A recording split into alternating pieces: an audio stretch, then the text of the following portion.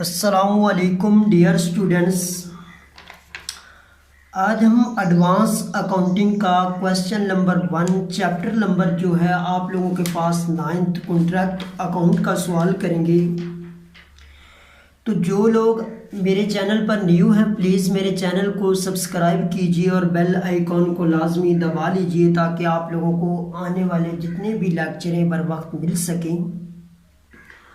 हम inter bachelor और M.Com level पर लेक्चर अपलोड कर रहे हैं और ऑनलाइन कोचिंग भी प्रोवाइड करते हैं। अगर किसी स्टूडेंट को किसी भी सब्जेक्ट के अंदर कोई दुश्वारी होती है तो प्लीज़ कांटेक्ट किया करें ताकि आप लोगों की जो परेशानी उसको दूर किया जा सके, ताकि आप लोगों को समझाया जा सके।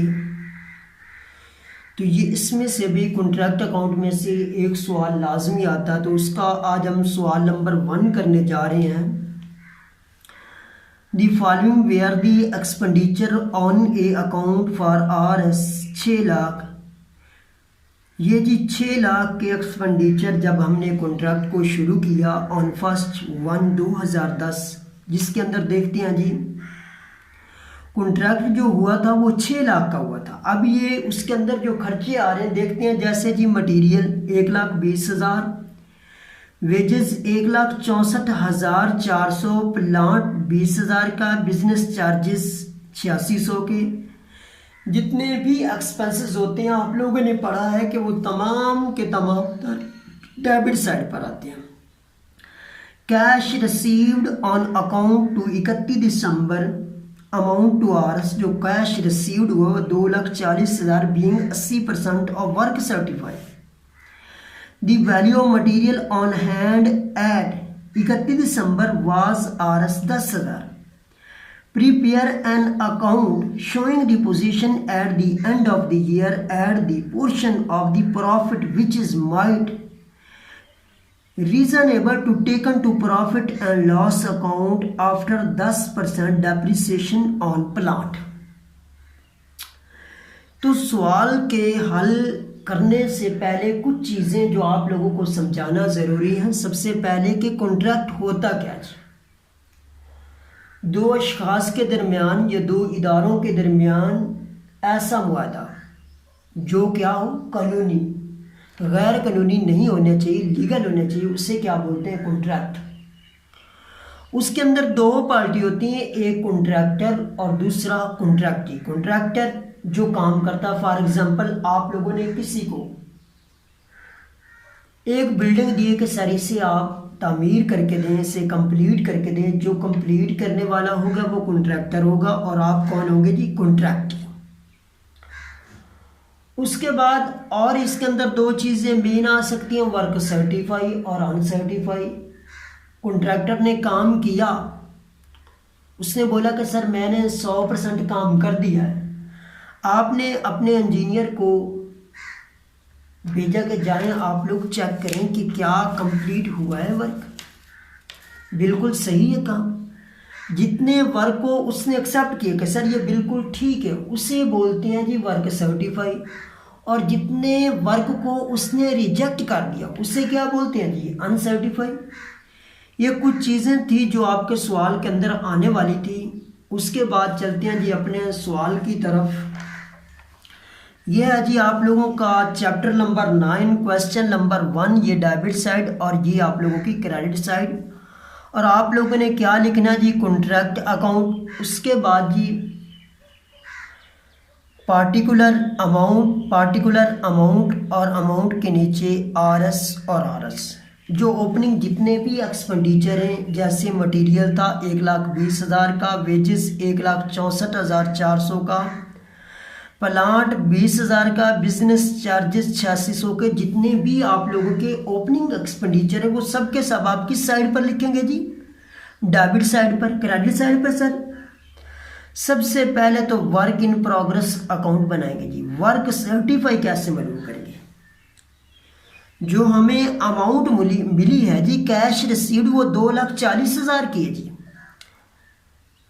लेकिन अगर हम कंप्लीट वर्क, हमने काम कितना किया, हमने वर्क सर्टिफाई कितना किया, वो निकालना है। तो कैसे निकालेंगे जी? कैश रिसीव्ड ज़रब 100, क्योंकि वो 100% हमने काम किया, बटा 80, मतलब 2,40,000 ज़रब 100 तकसीम 80। तो आप लोगों के पास 3 लाख, मतलब आप लोगों ने 3 लाख का काम किया, लेकिन आपको कैश कितनी मिली है जी? 2,40,000। इसका मतलब बाकी जो था वो आपको अमाउंट नहीं मिली। आप लोगों को वर्क सर्टिफाई की 3 लाख मिलनी चाहिए थी, लेकिन आपको कितनी मिली? 2,40,000। अब वर्क सर्टिफाई मालूम कर लेंगे, कैश रिसीव्ड ज़रब 100 तकसीम 80, ठीक है। मटेरियल ऑन हैंड जो एंडिंग पर जो दिया गया 31 दिसंबर को दिया जाता है या साल के एंड पर, वो था जी 10,000। उसके बाद जी 10% जो थी वो डेप्रिसिएशन थी प्लांट पर। तो प्लांट हमारा कितना था जी? 20,000 का। इसका अगर 10% लें तो ज़रा 10 तकसीम 100, तो ये 2,000 आता है। तो 20,000 में से 2,000 माइनस करेंगे तो आप लोगों के पास 18,000 आता है जी। उसके बाद हमेशा क्रेडिट साइड बढ़ी आती है जी। आप लोगों ने क्रेडिट साइड जैसे 3,28,000, इस 3,28,000 को आप लोगों ने डेबिट साइड पर भी लिखना। उसमें से माइनस क्या करेंगे? 1,20,000, 1,64,400, 20,000 और 8600 माइनस करेंगे तो बकाया जो बचता है जी वो है जी आप लोगों के पास 15,000। इसको बोलते हैं प्रॉफिट सीडी। सीडी मतलब sir carry down, carry forward, ठीक है। इसको आगे लेकर आएंगे तो प्रॉफिट बीडी मतलब प्रॉफिट ब्रॉड फॉरवर्ड 15,000। इस 15,000 को इस जगह क्रेडिट साइड पर लिखा और उसी को क्या लिखा जी? Debit side. फिर जी अब हमारे पास जो 15,000 है इसको 2 हिस्सों में तकसीम करेंगे, एक प्रॉफिट एंड लॉस अकाउंट और दूसरा reserve for contingency. Profit and loss क्या होता है? आप लोग अपने ज़ाती इस्तेमाल के लिए इस्तेमाल कर सकते हैं। आपने मज़ीद भी बिजनेस करना, अगर कुछ रिजर्व पड़ा होगा तो आप मज़ीद मतलब अपने बिजनेस को कंटिन्यू कर सकेंगे।